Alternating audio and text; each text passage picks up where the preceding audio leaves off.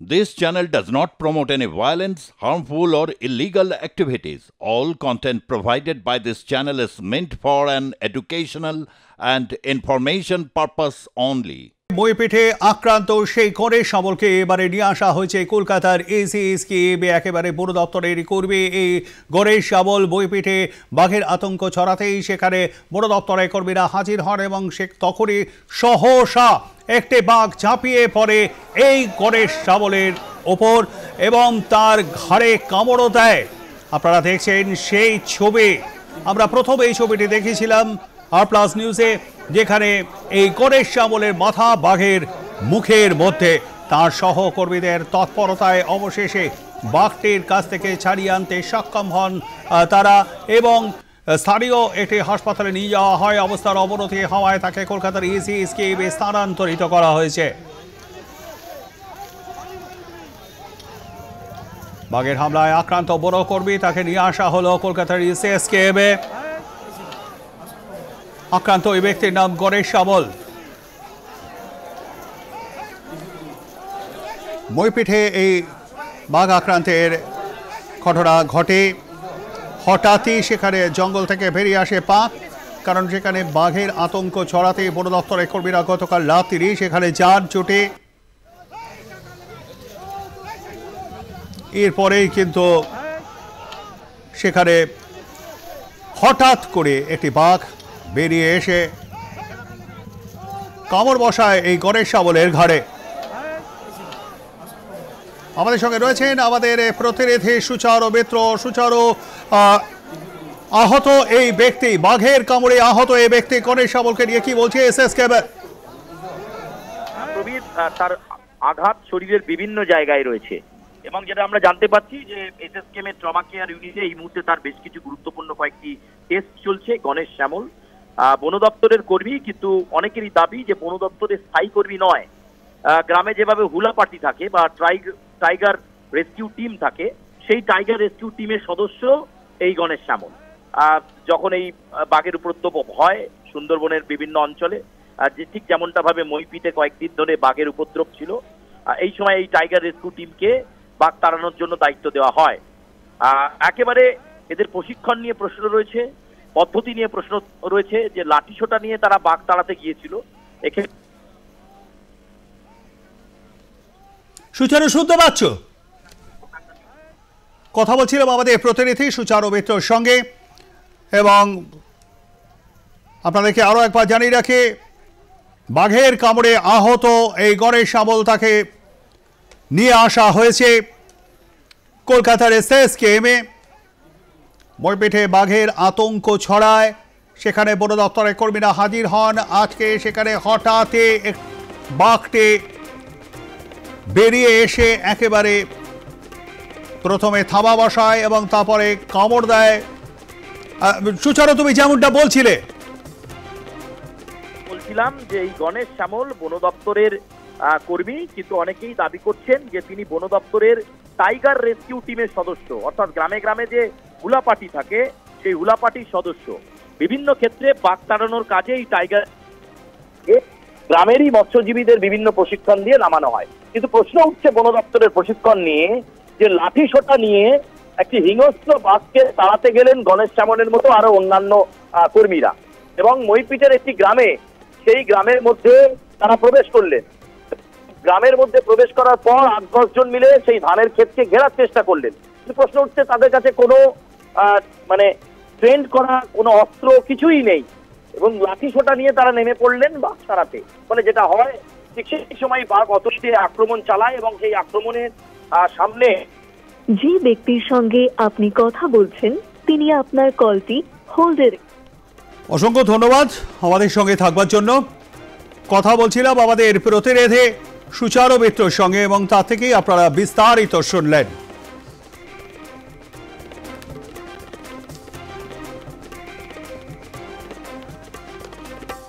আপনাদেরকে আরো একবার জানিয়ে রাখি, বাঘের কামড়ে আহত এই গণেশ সাবলকে ইতিমধ্যে নিয়ে আসা হয়েছে কলকাতার এসএসকেএমে।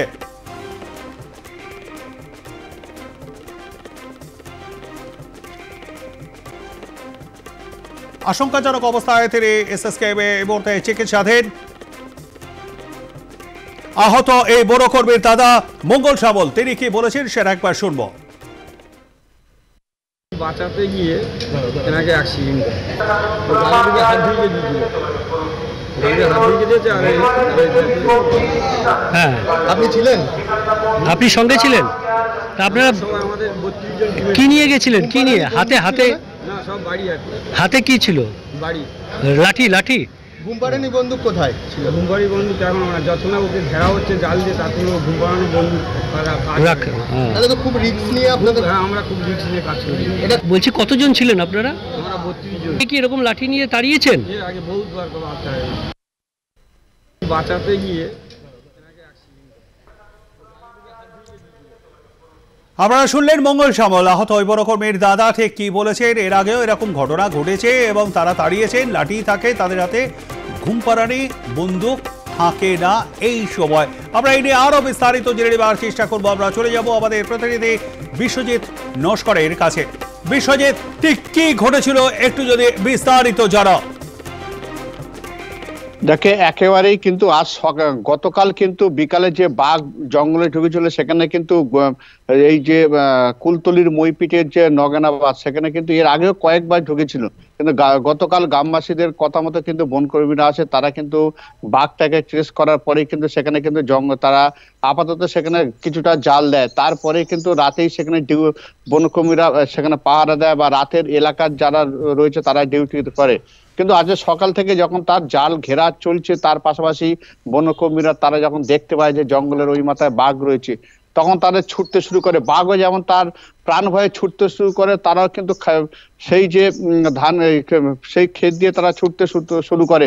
একেবারে বাঘের সাথে বনকর্মীদের সেখানে ছোটাছুটি শুরু হয়, কে কোন দিকে ছুটতে চায়, এবং বাঘের পিছন পিছন কিন্তু অনেক বনকর্মী এমনকি সাংবাদিকরাও সেখানে কিন্তু ছুটতে যায় তাদের সঙ্গে। তবে দেখো ঠিক একটি গাছে যখন উঠে যায় তখন রে রে করে তেড়ে যায় বনকর্মীরা। একটা সেই সময় বাঘ কিন্তু লাফিয়ে এক বনকর্মীর সামনে যাকে পায় সেই গণেশ, তাকে কিন্তু তার কামড়ে ধরে। তার কিন্তু মুখের কাছটা যথেষ্ট ক্ষতি হয়েছে, তার হাতের যে কয়েকটা তার আঁচল লেগেছিল সেটা কিন্তু খানিকটা তাকে সেখানে ট্রিটমেন্ট করা হয়েছে কুলতলির গ্রামীণ হাসপাতাল থেকে। কিন্তু তার যে চোখের যে একটি বেশ ভালো রকম সমস্যা হয়েছে, তাই সেই কারণে তাকে কিন্তু সাথে সাথে বন আধিকারিকদের সাথে কথা বলে কুলতলি হাসপাতাল থেকে তাকে কিন্তু কলকাতার যে এসএসকেএম হাসপাতালে তাকে নিয়ে যাওয়া হয়েছে। সেখানে কিন্তু অলরেডি কিন্তু তার যাওয়ার আগেই কিন্তু একটি মেডিকেল টিম গঠন করা হয়েছে। সেই মেডিকেল টিমের আওতায় কিন্তু তার যে চোখের উপরে যে বিশেষ করে ক্ষতিটা হয়েছে, যেখানে কামড়ে ধরেছে মুখের কাছে, সেই চোখের আগে কিন্তু তার অপারেশন হবে। একেবারে কিন্তু তার অপারেশন প্রায় এখন কিন্তু শুরুর মুখে বা সেখানে টিম তারা দেখছে। অলরেডি হয়তো তার কিছুক্ষণ পরে তার রেজাল্টও পাওয়া যাবে, তার অপারেশন কতটা সাকসেসফুল হলো। পাশাপাশি দেখো যেভাবে একদম হাড় হিম করা ঘটনা সকাল থেকে বেলার দিকে, সেখানে দেখো কিভাবে একটি বাঘ তার মাথাটা কামড়ে ধরে আছে এবং সেখানে অন্যান্য বনকর্মীরা ছুটে এসে তার বাঘের উপরে লাঠি ছোটাতে মারে। তারপরেই কিন্তু বাঘ কিন্তু তারপরে ছাড়তে বাধ্য হয় কারণ, এবং সেই বাঘটিকে তারা জঙ্গলের মধ্যে রয়েছে, তাকে ঘেরা ব্যবস্থা করা হয়েছে। এবং শুধু তাই না, এই যে এডিএফও অনুরাগ চৌধুরী তিনি কিন্তু হসপিটাল থেকে সেই বনকর্মীকে তাকে কলকাতায় রেফার করার ব্যবস্থা করে। পাশাপাশি জঙ্গলে আরো নিরাপত্তা বাড়ায় এবং বনকর্মীদেরও যথেষ্ট নিরাপত্তা নিয়ে তাদের কাজ করতে বলা হয়েছে। যেভাবে অন্যান্য বারে যেমন কাজ হয় ঠিক সেই রকম কিন্তু লাঠি সোটা নিয়ে তারা কাজ করতে থাকে। কিন্তু আজকের যে কোনো ভাবে হোক সেখানে কিন্তু তার অলক্ষ্যে কিন্তু বাঘ ছুটে এসে তাকে কিন্তু এসে ধরে। তবে দেখো তাকে জাল নিয়ে সেখানে খাঁচা পাতা হবে আজকের, সেরকম একটা সিদ্ধান্ত নেওয়া হচ্ছে। দরকার হলে ঘুম পাড়ানি গুলি দিয়ে তাকে কিন্তু যাতে খাঁচাবন্দি করে যায়, যদি ছাগল দিয়ে যদি না হয় সেখানে কিন্তু ঘুম পাড়ানি গুলি দিয়ে তাকে কিন্তু নিস্তেজ করার চেষ্টা করা হবে। 2 নম্বর 3 নম্বর পন্থা যদি তাকে আবার শব্দবাজি ফাটিয়ে সেই জঙ্গল থেকে তার নদীতে যাতে আজমলমারি জঙ্গলে চলে যায় তার নিজের আবাসস্থলে, সেটাও চেষ্টা করবে। 3টে পদ্ধতি নেওয়া হবে। 3টে পদ্ধতির মধ্যে যে কোনো একটা কাজ, যদি প্রথম পদ্ধতি না হয় দ্বিতীয় পদ্ধতি না তখন লাস্ট পদ্ধতি, তাকে জঙ্গলে পাঠানোর ব্যবস্থা করা হবে। এইভাবে কিন্তু তাকে করা হবে। যেহেতু ওই এলাকা যথেষ্ট মানুষ কিন্তু যথেষ্ট আতঙ্কিত হয়ে পড়েছে, এই যেভাবে বনকর্মীকে মাথা যেরকম তার হচ্ছে মাথা কামড়ে দিয়েছে যেভাবে, এবং তার এখন মানে গুরুতর আহত বলে, সেইভাবে কিন্তু এলাকার মানুষজন নগেনাবাদের তারা কিন্তু যথেষ্ট আতঙ্কিত হয়ে পড়েছে। সেই জায়গা যে এই যে ভয়াল দৃশ্য, এই কটা দিন দেখো, সেই যে শীত পড়তেই যে ডিসেম্বর থেকে একটানা কিন্তু বাঘ কিন্তু এই মইপিট এলাকায়, নগেনাবাদ, একবার বৈকুণ্ঠপুর, একবার হচ্ছে মইপিটের গঙ্গার ঘাট, এরকম জায়গায় বিভিন্ন জায়গায় সে খালি ঘোরাঘুরি করছে, সে জঙ্গলে আসছে। এবং সেই জায়গায় তারা গ্রামবাসীরা বারবার বলছে যে এখানে কোনো নিরাপত্তার ব্যবস্থা নেই, সন্ধ্যা হলেই আমরা বাড়ি থেকে বেরোতে পারি না, সেখানে অন্তত এখানে স্ট্রিট লাইটের ব্যবস্থা করা হোক। এবং সেই মতো কিন্তু বেশ কিছু জায়গায় সোলার লাইটের ব্যবস্থা করা হয়েছে, কিন্তু সব জায়গায় কিন্তু এখনো পুরো খোলা রয়েছে। সেখানে জাল দিয়েও ঘেরার ব্যবস্থা করতে বলা হয়েছে, যাতে সবসময় যাতে জাল দিয়ে ঘেরা থাকে এবং লাইটের ব্যবস্থা থাকে, তাহলে তারা অনেকটা নিশ্চিতভাবে গ্রামে ঘোরাফেরা করতে পারবে। ধন্যবাদ আমাদের সঙ্গে থাকবার জন্য। বিশ্বজিৎ, কথা বলছিলাম আমাদের প্রতিনিধি বিশ্বজিৎ নস্করের সঙ্গে, এবং তার থেকেই আপনারা বিস্তারিত শুনলেন।